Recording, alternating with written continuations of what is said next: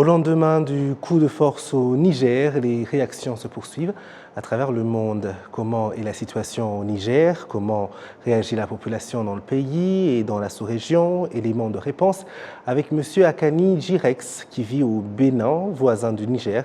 C'est dans une interview avec notre collègue Jean Damascène Manichime. Suivez.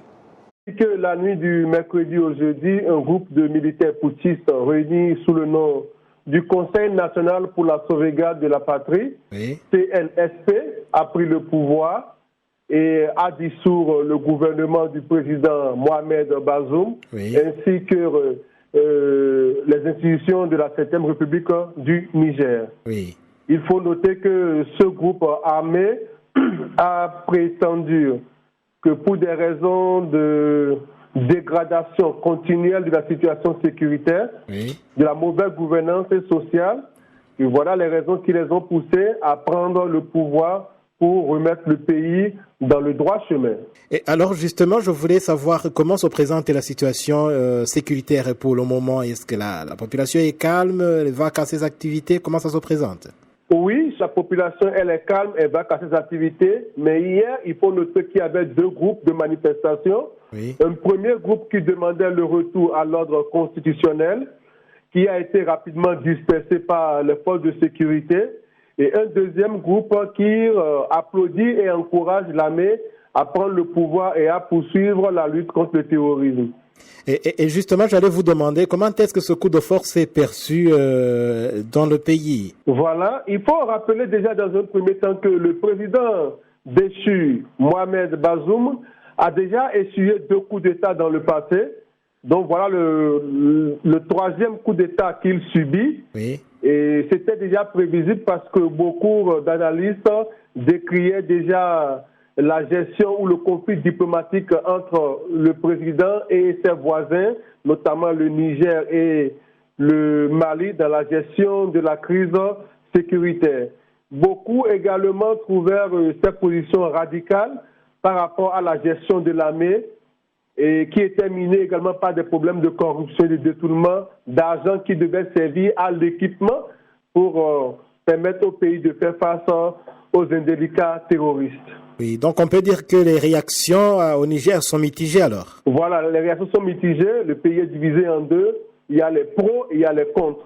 Oui. En dehors du Niger, quelles sont les réactions des pays voisins et surtout chez vous au Bénin? Comment est-ce que les pays de la sous-région réagissent? Alors, il faut noter déjà que tous les pays membres de la CEDEAO ainsi que de l'Union africaine, de l'Union européenne, même les États-Unis, ont décrié ce coup d'État et ont demandé immédiatement le retour à l'ordre constitutionnel. Nous avons également vu la réaction de l'OIF, l'Organisation internationale de la francophonie. Effectivement, l'OIF également a demandé le rétablissement de l'ordre constitutionnel au Niger. Le président Patrice Talon a été mandaté pour être le médiateur dans cette crise actuelle que subit le Niger. Il a déclaré que tout sera fait pour le retour à l'ordre constitutionnel, mais que le plus important, c'est que tout se fasse dans la paix et dans la concorde. Donc nous attendons de voir d'ici les jours à venir quelle soit la stratégie de médiation qu'il va mettre en place pour résoudre ce problème. Oui, alors je dirais, nous savons que le Niger figure parmi les pays qui font face à la menace terroriste dans la sous-région.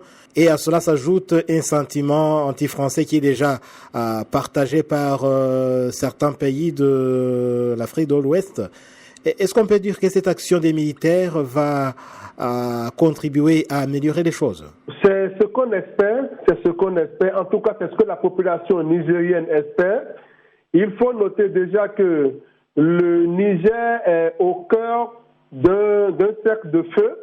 Il est déjà attaqué sur un premier front avec Boko Haram et le sud du Nigeria. Un deuxième front avec le Mali et le Niger, avec l'État islamique. Et sur le front nord avec la Libye et tout ce qui vient comme terroristes de là-bas. Donc, certaines personnes, certains analystes disent que la situation actuelle ne peut qu'être résolue par des militaires, comme c'est le cas au Mali et au Burkina Faso. Donc, on espère vivement que ces militaires vont trouver des solutions idoines pour résoudre cette crise sécuritaire qui a de multiples conséquences sur la population et sur toute la zone saharienne. Oui, et n'oublions pas qu'il y a des militaires français qui stationnent encore là-bas, mais malheureusement, il s'avère que la population n'a plus confiance envers ces militaires-là. Effectivement, hier, on a vu beaucoup de manifestants brandir le drapeau russe, demandant le départ de l'armée française. Il faut déjà rappeler que après le départ de l'armée française du Burkina Faso et du Mali, c'est le Niger qui est devenu la seule base dans le Sahel où sont concentrées les forces militaires françaises qui luttent contre le terrorisme. Aujourd'hui, la population demande que ces forces militaires françaises partent du pays comme cela a été le cas récemment au Mali. Beaucoup pensent que leur présence sur le terrain est source de problèmes, manque d'inefficacité. Seuls les joueurs venus nous diront si réellement leur départ ou leur présence sera encore jugée nécessaire. En tout cas, merci beaucoup Akani Giresse pour cet éclairage. Je rappelle que vous intervenez depuis Cotonou au Bénin, un pays voisin du Niger. Merci beaucoup. C'est moi qui vous remercie.